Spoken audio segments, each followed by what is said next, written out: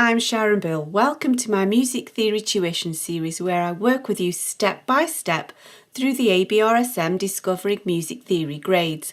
I'll work through every single exercise and explain everything you need to know. You can access information about the books I have available to help you on my website. Go to sharonbill.com. For advert-free and longer lessons, you can become a patron at patreon.com/SharonBill. If you can give me a like, that would be super, and please do subscribe to my channel to stay updated. You can support this channel by buying me a coffee at buymeacoffee.com/SharonBill. We press on now to page 75 of the Grade 4 Discovering Music Theory workbook, continuing with the practice exam paper, looking at section 4, which is regarding intervals. And so as I always say, do try this on your own. First of all, it's the best way to learn. This is a great revision opportunity. And so I'm hoping that you've done so, and let's check these through together. So here, we first of all need to just count out the interval. We're starting on bass clef E flat, 1, 2, 3, 4, 5, 6. Remember to always count the lowest note as the tonic. It's as if you're counting 1, 2, 3, 4, 5, 6, E, F, G, A, B, C. We know we've got to get to a C something. Of course, that's an E flat, but we'll deal with that when we think about the key signature. The only way you can go wrong is if you forget to count the first degree, the tonic, and then start by counting 1, 2, and just miss that as the first degree of the scale. So we have our interval of a sixth. Now we know that E flat major has a key signature of B flats, E flats, and A flats. C is not affected. The key signature doesn't apply to note C. That's entirely within the major scale pattern. It's a major sixth interval. That's exactly correct. Now moving on, we need a fourth. 1, 2, 3, 4, G, A, B, C. Now we need a perfect fourth, and we know that G to C is a perfect fourth. G sharp to C sharp is also just parallel movement. We can see it's exactly the same principle. Now it corresponds. Now here, we need to just think what note this is first of all. 1, 2, 3, 4, 5, 6, 7, 8 takes us to note B. So we know we're at note B here. Now we need to count a seventh. Well, if that's an octave, a seventh is going to be one step lower. Double check that by all means. 1, 2, 3, 4, 5, 6, 7. Now then, B minor has a key signature of F sharps and C sharps. The A is not affected. That's the minor seventh, and we can double check that because we know that B major has a key signature of F, C, G, D, and A sharps. If it was a major seventh, the A would be sharpened. And do remember, major means greater, minor means lesser. It's a semitone smaller than the major scale pattern. That's our minor seventh right there.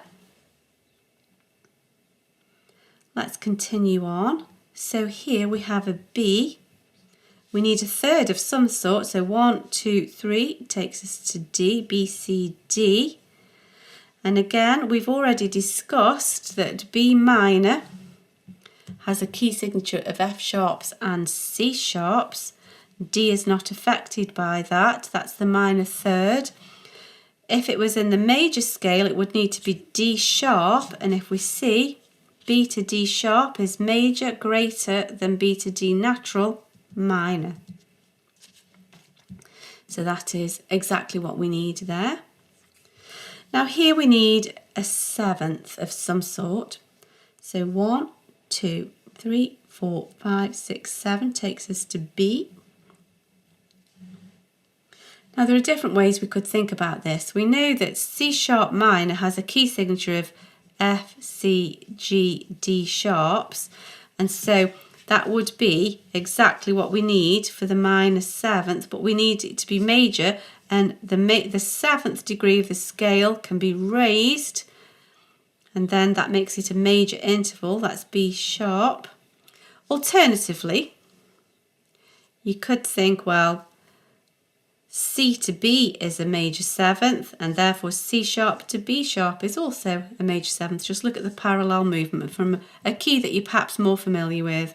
We can just move it, that semitone, parallel to show the same relationship between the tonic and the seventh.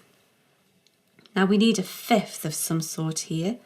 1, 2, 3, 4, 5. Now B flat to F is a perfect fifth. And we know that it's part of the major and the minor key signature, but we need it to be augmented, so we need it to be greater still, and so we're going to have to augment that, make it bigger, and so we need the F to be raised, and so we're going to need to add a sharp for that. And then here we have the same thinking process, but now the intervals are given, we just need to describe them, and we need to say if it's perfect, major, minor, diminished or augmented, and we can't really answer that until we know the interval number. And so don't get confused by looking at the options, just find the answer and then we can select the correct word. So here we have an F to a B. Now this is a 1, 2, 3, 4th of some sort. Now we know that F to B flat is perfect. And here we don't have a B flat, we have a natural, so we've made it bigger, haven't we? And so we don't have major or minor when it's fourths, fifths and octaves. We go straight from perfect, we've made it bigger, it's augmented.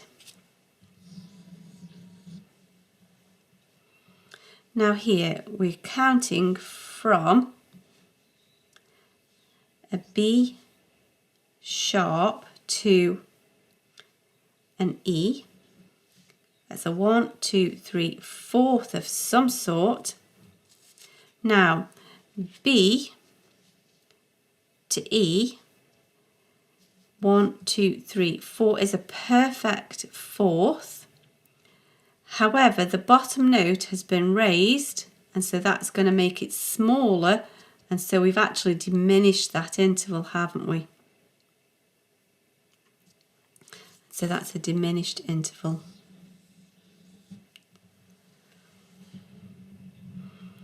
Now here we have a D flat to an E flat. We know that that's a second, a D flat to an E flat. It's a second of some sort, 1, 2, and it's a full tone, which we know is a major second. Because we've got that tone, it's a major second. And now here back into the bass clef we have an E flat to a C. So this is a 1, 2, 3, 4, 5, 6. It's a sixth. And we've already done the thinking for this here. We know that E flat major, which we consider as our tonic, has B flats, E flats and A flats, and E flat to C is a major sixth. We're doing the same thing again, but in different octave. And so there we have our major sixth. I hope this is helpful to your studies. Please do like and subscribe to stay updated. If you'd like to support this channel, you can buy me a coffee, and for advert-free lessons you can become a patron. Do visit my website where you'll find many resources available to help you. Visit sharonbill.com. Thanks for watching. Bye.